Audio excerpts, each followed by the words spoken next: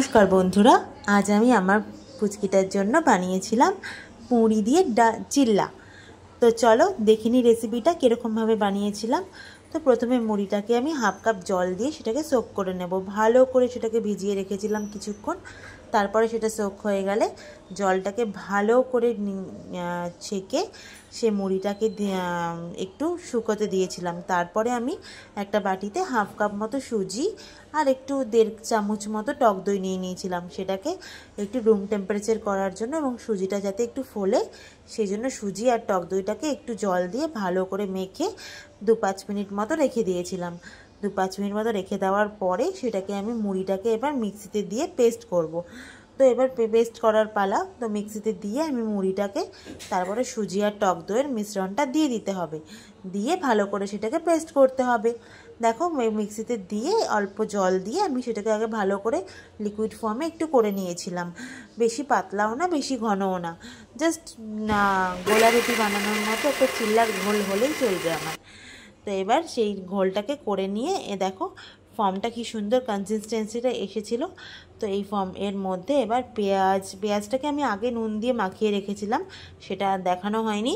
তো পেঁয়াজটা যাতে নরম হয় সেই কারণে তারপরে আমি টমেটোটা দিয়ে দেব, দিয়ে বিট নুন আর চিনিটা দিয়ে দেব। আমি এখানে কাঁচা লবণটা ইউজ করিনি, তাই জন্য বিট লবণটাই ইউজ করেছিলাম।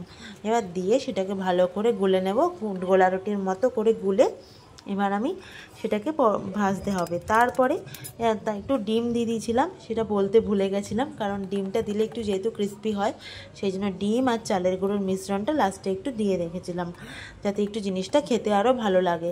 এবং এছাড়াও আমি এর মধ্যে একটা আটার গোলাও দিয়েছিলাম, একটু আটা, যেটা আমি দেখাতে পারিনি ভিডিওতে। এবার ফ্রাই প্যানটা বসিয়ে দেবো, তার মধ্যে একটু বাটার ব্রাশ করে নিতে হবে।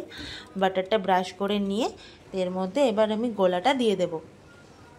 দেখো কি সুন্দর ফর্মটা চলে আসবে। এবার সুন্দর করে এবার দিয়ে একটা পিঠ ভালো মতো ভাজা হয়ে গেলে উল্টে আরেকটা পিঠকে ভালো মতো লাল লাল করে ভেজে নিতে হবে।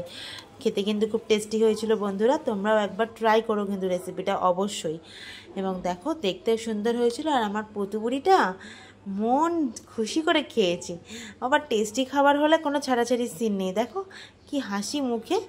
তো খাওয়া দাওয়া হয়ে যাওয়ার পরে আমি আমার মায়ের জন্য দুটো বানিয়ে নিয়েছিলাম, তার মধ্যে একটু ম্যাগি মশলা আর চিলি ফ্লেক্স মিক্সড করে, কারণ আমার মেয়ের খাবারটাই আমি চিলি ফ্লেক্স দিইনি, এই জন্য মায়েরটা একটু চিলি ফ্লেক্স দিয়ে নিয়েছিলাম একটু হালকা ঝালের জন্য। দিয়ে এবার সেমভাবে ওরমভাবে ভেজে নেব। ব্যাস দেখো খাবারটা আমার রেডি। এবার এটাকে পাস্তা সস দিয়ে আমি সার্ভ করেছিলাম।